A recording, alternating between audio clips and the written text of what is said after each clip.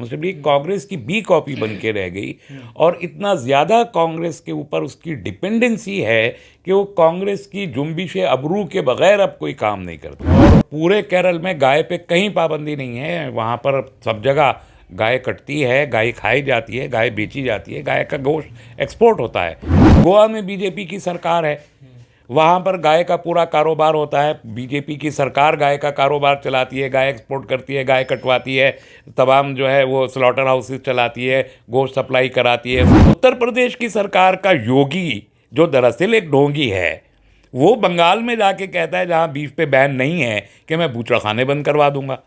इन्हीं की पार्टी का एक सेंट्रल मिनिस्टर, कैबिनेट मिनिस्टर किरण रिजिजू, जो एक ट्राइबल है, वो खुलेआम कहता है कि मैं तो बीफ खाता हूँ। तो ये जो चीफ मिनिस्टर वहाँ पर नफ़रत की खेती करते हैं, बूचड़खाने बंगाल में जाके बंद करवा रहे हैं, ये पहले अपने किरण रिजिजू से बंद करवा दे गोश्त खाना। के एमपी वहाँ पर कहते हैं कि गाय खाएंगे, गाय खिलाएंगे। वेंकैया नायडू ने कहा कि गोश्त खाना में, बीफ का गोश्त खाने में तो कोई प्रॉब्लम नहीं।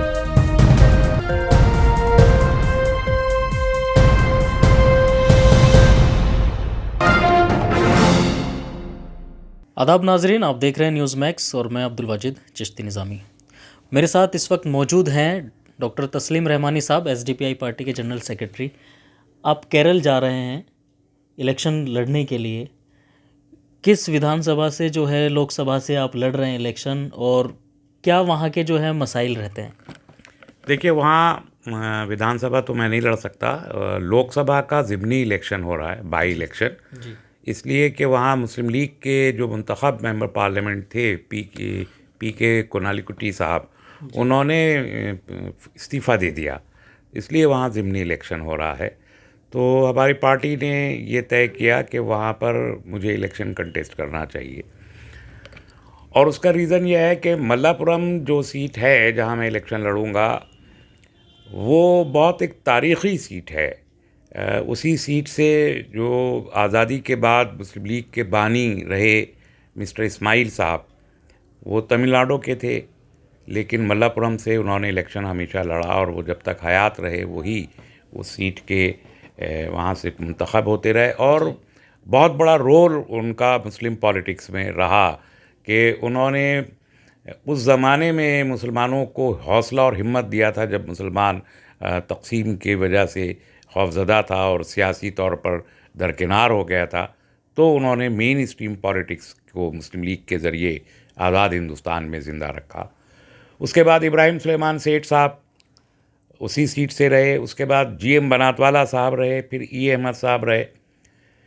लेकिन अब E अहमद साहब के ज़माने से लेके अब तक मुस्लिम लीग ने वो रोल वहाँ प्ले नहीं किया जिसकी तवक्को हिंदुस्तान भर के मुसलमान मुस्लिम लीग से करते थे।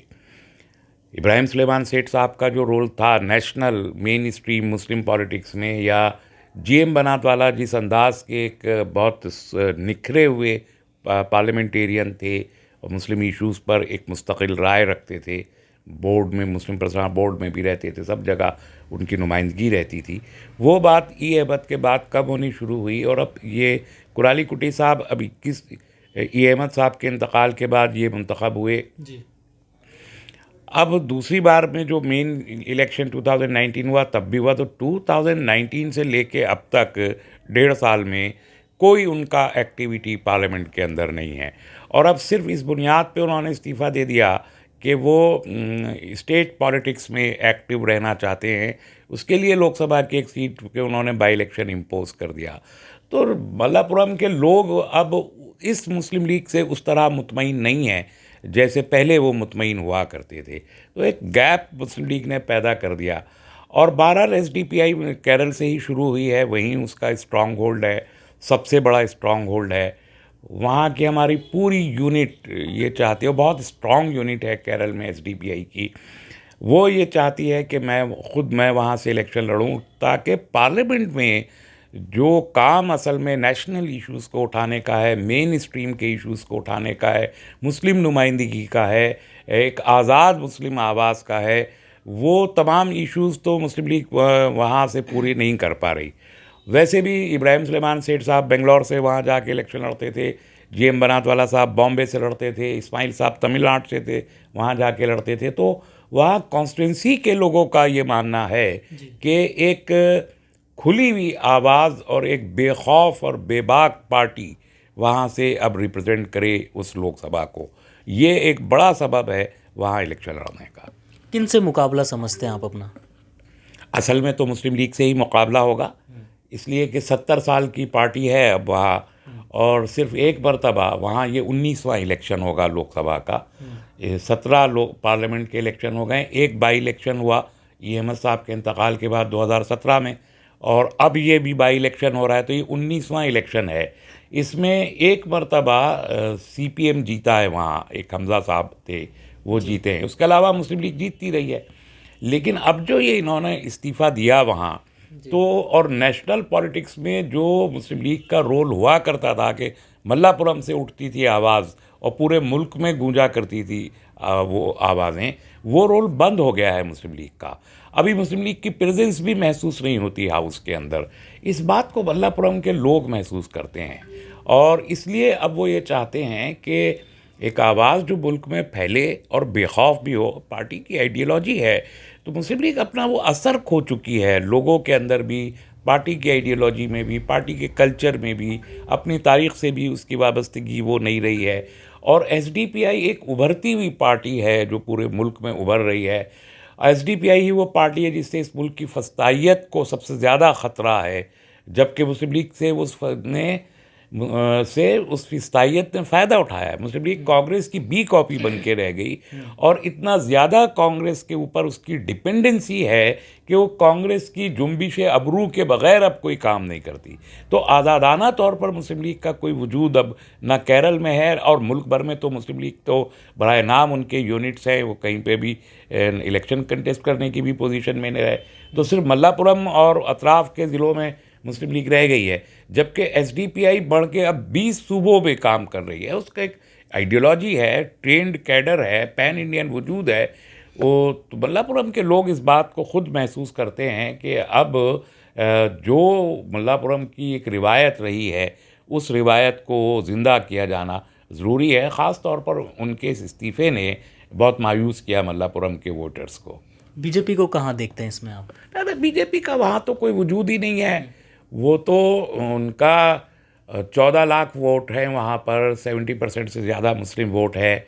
बीजेपी हमेशा कंटेस्ट करती है वहाँ 30,000 वोट, 20,000 वोट। एक मरतबा शायद पिछले इलेक्शन में 80,000 वोट उनका था, जबकि मुस्लिम लीग को वहाँ 5 लाख, 5.5 लाख वोट ऐसे मिलता रहा है। CPM को भी वहाँ पर 2-2.5 लाख से ज़्यादा वोट कभी मिला नहीं है। तो ऐसे में जहाँ मुस्लिम लीग से मायूसी हो, अगर हम कंटेस्ट नहीं करते तो सीट CPM को जाएगी। तो उससे बेहतर है कि एक आज़ाद आवाज़ वहाँ पर जाए, और वो आवाज़ जो पूरे मुल्क में जाए, और वो पार्टी जो पूरे मुल्क में खड़ी हुई तमाम मुद्दों पर सबसे पहले आवाज़ बुलंद कर रही है। एजिटेटिव पॉलिटिक्स में, एहतजाजी सियासत में, जिसका इस वक्त मुल्क में एक सबसे नुमाया रोल है। नेशनल मीडिया का रोज़ क्रिटिसिज्म झेलती है, जिसके नौजवान जो वर्कर्स हैं पूरे मुल्क के मुख्तलिफ़ शहरों में, उनको परेशान किया जाता है, जिससे BJP परेशान है, जिससे RSS परेशान है। यानी डायरेक्टली जो फाइट कर रही है RSS को और RSS की फस्तायत को, वो अब पॉलिटिकल एरेना में तो SDPI के सिवा कोई है नहीं। इस बात को जितना ज़्यादा बेहतर केरल के लोग जानते हैं, शायद मुल्क में दूसरे लोग जानते हैं मगर कम जानते हैं कि डायरेक्ट फाइट पे RSS के साथ SDPI है। तो इसलिए भी SDPI को वहाँ पर लोग अपनी पहली पसंद के तौर पर अब देख रहे हैं। जिस तरीके से बीफ को लेकर के पूरे मुल्क में बीजेपी एक हाय उल्ला मचाती है, केरल में जो है भूषण खानों को लेकर के या बीफ को लेकर के क्या कहा जाता है बीजेपी के लीडर जो वहाँ पर मौजूद हैं? देखिए, बीजेपी हमेशा आस्था की बात करती है कि वो आस्था है, रामचंद्र जी पे आस्था है, भारत माता पे आस्था है, और गाय पे आस्था है। वो सब आस्थाओं की बात करती है, लेकिन उनकी बस एक आस्था है, इक़्तिदार। किसी भी सूरत से झूठ बोल के, सच बोल के, टेरर फैला के, डर पैदा करके, वायलेंस पैदा करके, खून खराबा करके, बस वो इक़्तिदार चाहते हैं। उनकी आस्था इक़्तिदार के अलावा कुछ भी नहीं है। चुनाचे हम ये देखते हैं कि वहाँ जो बीजेपी का आम तौर पे उम्मीदवार रहता है, और केरल में तो गाय पे कोई पाबंदी है ही नहीं, पूरी स्टेट में कोई पाबंदी नहीं है। और मल्लापुरम और तमाम नॉर्थ केरल जिसे कहते हैं, 5 ज़िले हैं नॉर्थ केरल के, उन 5 ज़िलों में तो पूरा मुस्लिम डोमिनेशन है। और पूरे केरल में गाय पे कहीं पाबंदी नहीं है। वहाँ पर सब जगह गाय कटती है, गाय खाई जाती है, गाय बेची जाती है, गाय का गोश्त एक्सपोर्ट होता है।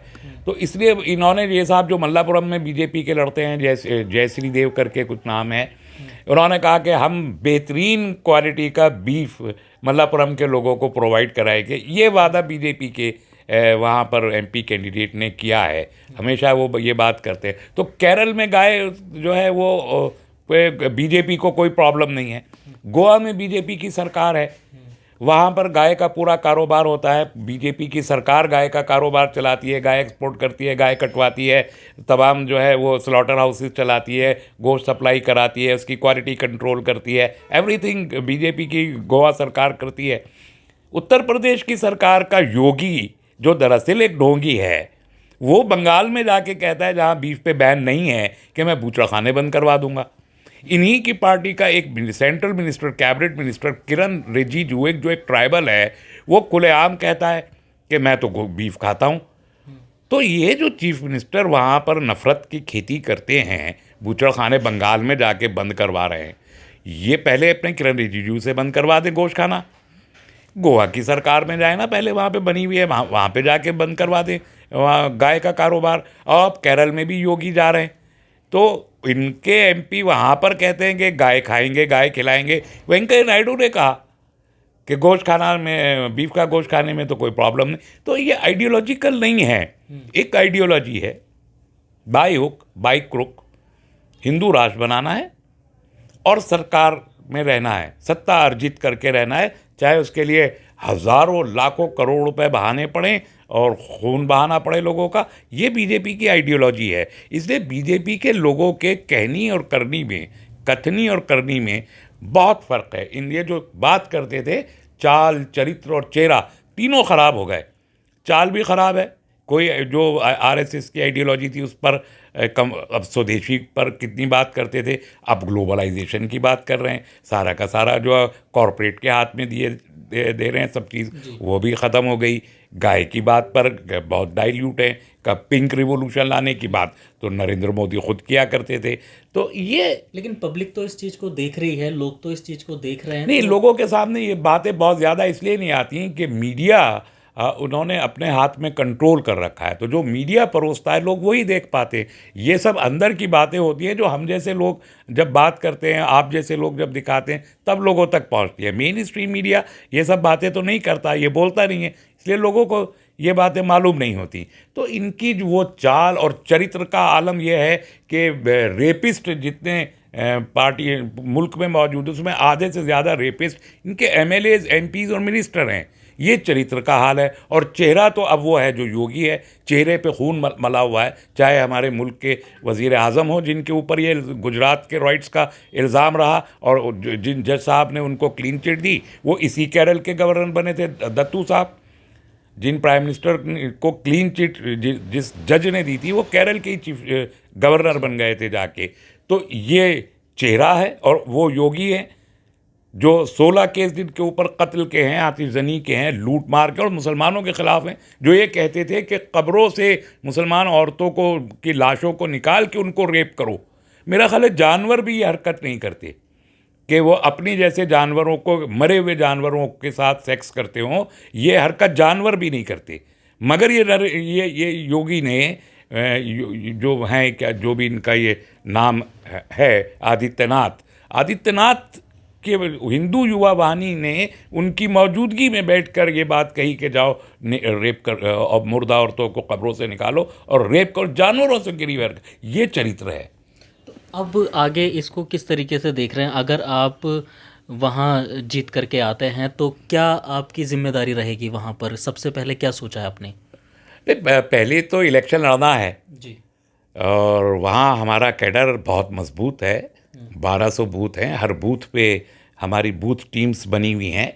और कल ही मैं वहाँ पहुँच रहा हूँ। तकरीबन 10,000 लोगों का एक कन्वेंशन कल ही बुलाया है और पूरे 1 महीने की वाइग्रस कैंपेनिंग होगी वहाँ।